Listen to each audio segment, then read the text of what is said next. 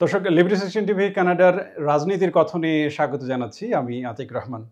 দর্শক, বরাবরের মতোই আপনারা জানেন কানাডায় আগামী 28 এপ্রিল জাতীয় ইলেকশন অনুষ্ঠিত হবে। সেই ইলেকশন উপলক্ষে কানাডায় একটি গণমাধ্যমে ন্যাশনাল যে লিডার্স রয়েছে সেই ন্যাশনাল লিডার্সদের মধ্যে একটি ডিবেট অনুষ্ঠিত হয়েছে। সেই ডিবেটের নাম দেওয়া হয়েছে ফেডারেল ন্যাশনাল লিডার্স ডিবেট 2025। সেই ডিবেটে কারা উপস্থিত ছিলেন আমরা এক পলকে জেনে নেই। মার্ক কার্নি, যিনি লিবারেল ডেমোক্রেটিক পার্টির প্রধান নেতা হিসাবে আগাম এই ইলেকশনে প্রতিদ্বন্দ্বিতা করবেন, তিনি উপস্থিত ছিলেন। পাশাপাশি দ্বিতীয় পজিশনে যারা আছে এখন কানাডায় এই ইলেকশন উপলক্ষে যাদের জনমত জরিপ সেকেন্ড পজিশনে আছে, তিনি হলেন পিয়েরে পোলিয়েভ, যিনি কনজারভেটিভ পার্টির প্রধান নেতা হিসেবে আগামী ইলেকশনে প্রতিদ্বন্দ্বিতা করছেন প্রধানমন্ত্রী পদে। পাশাপাশি সেই ফেডারেল লিডার্স ডিবেটে আর উপস্থিত ছিলেন খুবই জনপ্রিয় একজন নেতা, জগমিত সিং। তিনি নিউ ডেমোক্রেটিক পার্টি, যাকে সংক্ষেপে বলা হয় এনডিপি, তিনি মূলত সেই ডিবেটে উপস্থিত ছিলেন। তিনিও বিভিন্ন প্রশ্নের উত্তর দিয়েছেন এবং তিনি প্রশ্নবাণে জর্জরিত করেছেন কানাডার প্রধানমন্ত্রী মার্ক কার্নি এবং পাশাপাশি পিয়েরে পোলিয়েভকেও। এবং সর্বশেষ আরও একজন ফেডারেল লিডার সেখানে উপস্থিত ছিলেন। সেই লিডার হলেন ফ্রাসোয়া, যিনি মূলত ব্লক কুইবেককে আসলে নেতৃত্ব দিয়ে থাকেন এবং তিনি এই আসন্ন 28 এপ্রিল যে নির্বাচন অনুষ্ঠিত হবে সেই নির্বাচনে প্রধানমন্ত্রী পদে প্রতিদ্বন্দ্বিতা করছেন। দর্শক, এই ন্যাশনাল লিডার্স ডিবেটের আলোচ্য বিষয় কী ছিল সেটি আমরা এক নজরে একটু জেনে নিই। সেটি হলো মূলত 5টি মেজর চ্যালেঞ্জেস নিয়ে এই ডিবেটে এর মূল প্রতিপাদ্য বিষয় নির্ধারণ করেছিল সেখানকার উপস্থাপক, এবং সেই 5টি বিষয় হলো: number 1, tariff and threats to Canada; number 2, affordability and the costing of living in Canada; number 3, public safety and security of the Canadian people; and number 4, energy and climate issues in Canada; and number 4, the leading crisis. These are the 5 important challenges nowadays in Canada. এই বিষয় নিয়ে তাদেরকে প্রশ্ন করা হয়েছিল এবং সেই প্রশ্নের আলোকে অনেকে সন্তোষজনক উত্তর দিয়েছেন, অনেকে হয়তো বা সেটি পারেননি। আমরা এখন সেই প্রশ্নগুলোর উত্তর খোঁজার চেষ্টা করব। আসলে পুরো কানাডা জুড়ে আসন্ন ইলেকশনে কোন দল প্রতিদ্বন্দ্বিতায় এগিয়ে আছেন, জনমত জরিপে এগিয়ে আছেন, জনগণের আশা আকাঙ্ক্ষার প্রতিফলন ঘটবে কোন দলের মধ্য দিয়ে, কোন লিডারের হাত ধরে, সেটি আমরা একটু বোঝার চেষ্টা করব। স্বভাবসুলভ ভঙ্গিতেই প্রথম পয়েন্ট অফ অর্ডার, যাকে প্রশ্ন করা হয়েছিল মার্ক কার্নি, লিবারেল পার্টির নেতা, তাকে বলা হয়েছিল how would you negotiate with US like regarding the tariff and the threat. এই প্রশ্নের উত্তরে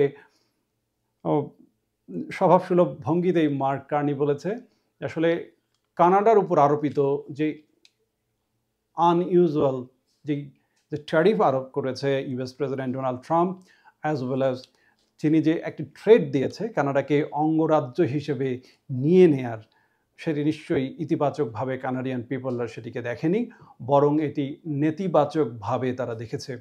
এবং স্বাধীনতা, সার্বভৌমত্ব, কানাডার সভরেনিটির প্রশ্নে এই জাতীয় 4 নেতা একমত পোষণ করেছে। তারা বলার চেষ্টা করেছে যে কানাডা স্বাধীন এবং সার্বভৌম একটি রাষ্ট্র। এই স্বাধীন এবং সার্বভৌম রাষ্ট্র কোন কাঠামোতে চলবে, কোন প্রক্রিয়ায় চলবে, এবং স্বাধীন এবং সার্বভৌম রাষ্ট্রের যে অর্থনীতি কোন প্যারামিটারে চলবে, সেটি ইউএস প্রেসিডেন্ট ডোনাল্ড ট্রাম্পের প্রেসক্রিপশনে সেটি নিশ্চয়ই চলবে না। সে বিষয়ে দৃঢ়ভাবে তারা ভেটো প্রদান করেছে এবং পাশাপাশি তারা বলেছে স্বাধীনতা এবং জাতীয়তা এবং জাতীয় নিরাপত্তার প্রশ্নে তারা এই আগাম ইলেকশনকে কল করেছে, যেটি আগামী 28 এপ্রিল কানাডায় অনুষ্ঠিত হতে যাচ্ছে। তারপরে যেই প্রশ্নটি মার্ক কার্নিকে ছুড়ে দেওয়া হয়েছিল, the relation between the US and the Canada এখন কোন অবস্থায় আছে, তিনি যেটি বলার চেষ্টা করেছে, তিনি বলেছেন যেটি যে ইউএসএ এবং কানাডার ভিতরে গত 4 দশক ধরে যে একটা বন্ধুত্বপূর্ণ সম্পর্ক, সেই সম্পর্কতে একটা ছেদ পড়ার মতো, একটা কালিমা লেপনের মতো কাজ হয়েছে যখন ইউএস প্রেসিডেন্ট ডোনাল্ড ট্রাম্প এই ট্যারিফ আরোপ করেছে এবং যেই থ্রেট প্রদান করেছে। পাশাপাশি তিনি যে বলার চেষ্টা করেছে যে কানাডার যে ইকোনমি, এই কানাডার economy 10 times bigger than US economy. So কানাডাকে যে ইউএসের উপর ডিপেন্ডেন্ট হয়ে থাকতে হবে সেটি মনে করার কোনো বিন্দুমাত্র সুযোগের অবকাশ তিনি রাখেননি।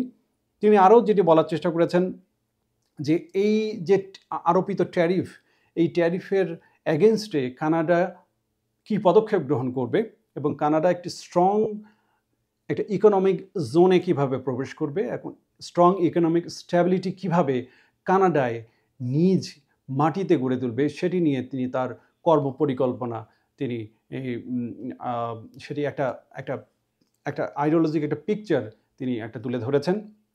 পাশাপাশি প্রতিটি পণ্যের যেই পণ্যগুলো কানাডা থেকে ইউএসএতে রপ্তানি হয় সেগুলোর উপর ডাবল ট্যারিফ, যেটিকে কাউন্টার ট্যারিফ বলছে, সেটিকে কিভাবে আরোপিত করা যায় সেটিরও তারা গুরুত্ব দিচ্ছেন। পাশাপাশি পিয়েরে পোলিয়েভ, যিনি কনজারভেটিভ পার্টির নেতা, যিনি আগাম এই ইলেকশনে প্রধানমন্ত্রী পদে প্রতিদ্বন্দ্বিতা করছেন, তাকে প্রশ্ন করা হয়েছিল ঠিক একই প্রশ্ন। ঠিক এই একই প্রশ্নের উত্তরে তিনি যেমনটি বলেছেন যে it is very clear and loud that the sovereign and independent country as a Canada will fight against the tariff and the threat against the US President Donald Trump। মূলত এই চার নেতা একটি বাক্যে যেটি বলার চেষ্টা করেছে যে কানাডা একটি ইন্ডিপেন্ডেন্ট অ্যান্ড সভরেন কান্ট্রি, এখানে কেউ মোড়লগিরি করবে বা দখলদারিত্ব করার যে একটা অপচেষ্টা করবে সেটিকে তারা রুখে দেয়ার আটকে দেয়ার মতামত ব্যক্ত করেছেন।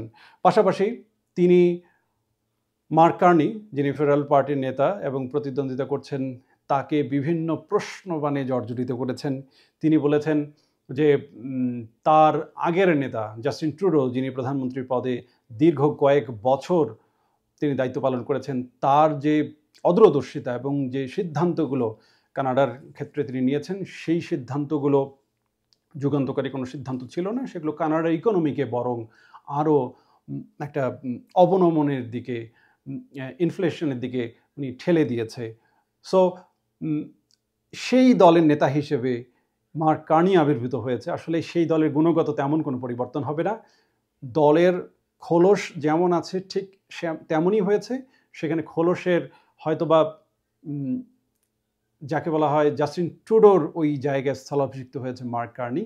সুতরাং মার্ক কার্নিকে তিনি সেই যথোপযুক্ত জায়গায় আসলে মনে করছেন না যে আগামীতে মার্ক কার্নি কানাডাকে সঠিকভাবে সঠিক পথে নেতৃত্ব দেবে। তিনি তার কর্মপরিকল্পনার কথা শেয়ার করেছেন। কানাডার সবচেয়ে বড় রিসোর্সফুল যেই জায়গা সেটা হলো এনার্জি সেক্টর। এই এনার্জি সেক্টরকে কীভাবে আরও বেশি ডেভেলপমেন্টের আওতায় নিয়ে আসা যায় এবং নিজ দেশের এনার্জিকে নিজেকে উত্তোলন করে সেটিকে কিভাবে সুপারসিড করা যায় এন্টার কানাডাতে, সেই বিষয়ে তিনি তার কার্যকরী পরিকল্পনা এবং তার আইডিওলজিগুলো শেয়ার করেছে। এবং তিনি যে বিষয়টি বলবার চেষ্টা করেছেন সেটি হলো ট্যাক্স কাটিং।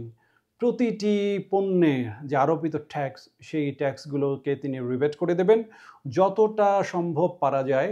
এটা সম্ভব সময়সীমার ভিতরে, আয়ত্তের ভিতরে, সাধারণের আয়ত্তের ভিতরে যেটি আনা যায় সেটির উপর তিনি গুরুত্ব আরোপ করেছেন। ঠিক একই প্রশ্নের উত্তরে জ্যাকমিত সিংও বলেছেন এবং সার্বভৌমত্ব এবং সভরেনিটির প্রশ্নে কানাডা কখনো কারোর সাথে আপোষ করবে না, সেটি যে রাষ্ট্রই হোক না কেন। দৃঢ়ভাবে তার অঙ্গীকার তিনি ব্যক্ত করেছেন। পাশাপাশি তাকে প্রশ্ন করা হয়েছিল যে ইউএস এবং কানাডার ভিতরে যে ডিফেন্স নিরাপত্তার বিষয়ে পলিসিগত কোনো চেঞ্জ তিনি যদি ক্ষমতায় আসেন তাহলে কোনো তিনি চেঞ্জ আনবেন কিনা। পাশাপাশি একটা শক্ত কানাডাকে একটা শক্ত খুঁটির ওপর নিয়ে যেতে তার কী পরিকল্পনা সেগুলো জানার চেষ্টা করেছেন।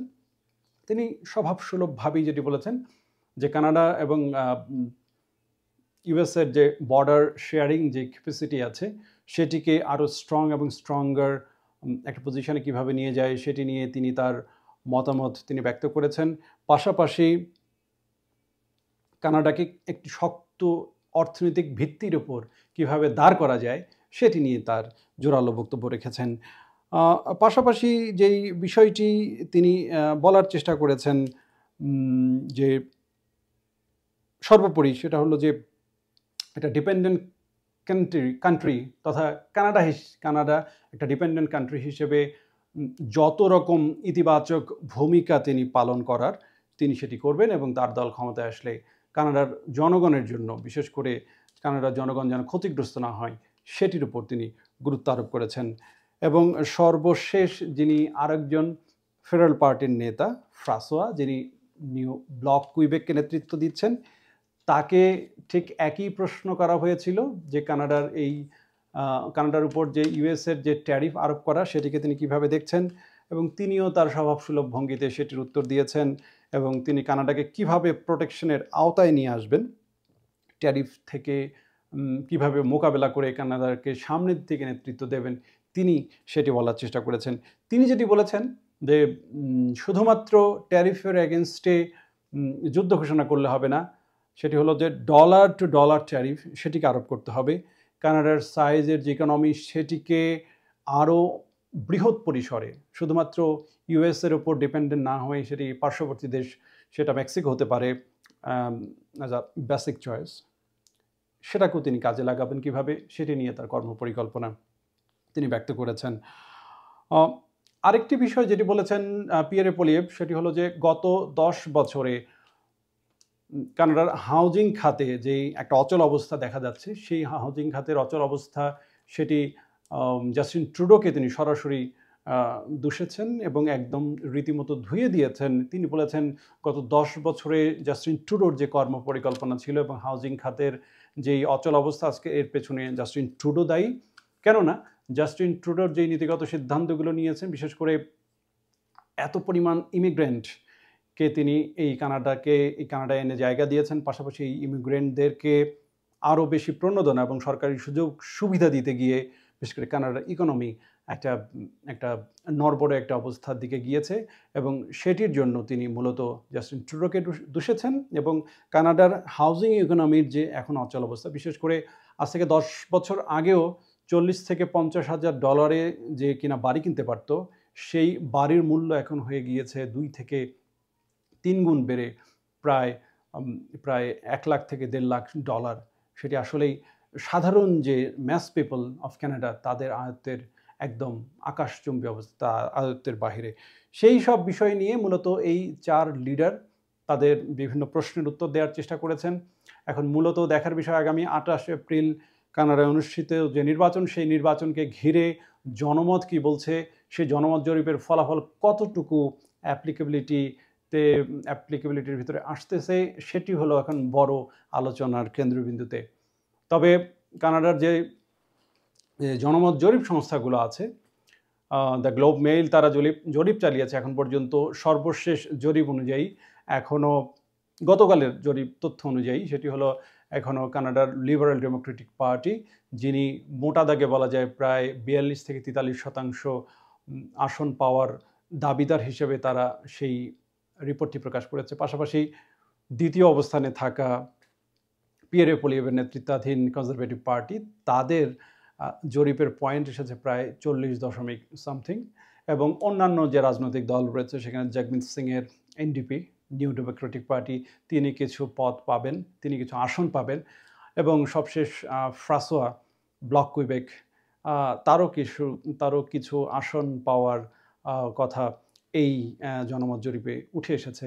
এখন দেখার বিষয় আগামী 28 এপ্রিল কানাডার জনগণ কোন দিকে তাদের ভোটাধিকার প্রয়োগের মাধ্যমে নতুন নেতা নির্বাচন করবেন, যেই নেতার নেতৃত্বে আগামীর কানাডা ট্রাম্পের এ সকল ট্যারিফকে তুড়ি মেরে উড়িয়ে দিয়ে কানাডাকে নতুন একটু শক্ত ভিত্তির উপর দাঁড় করাবেন, সেটি এখন দেখার বিষয়।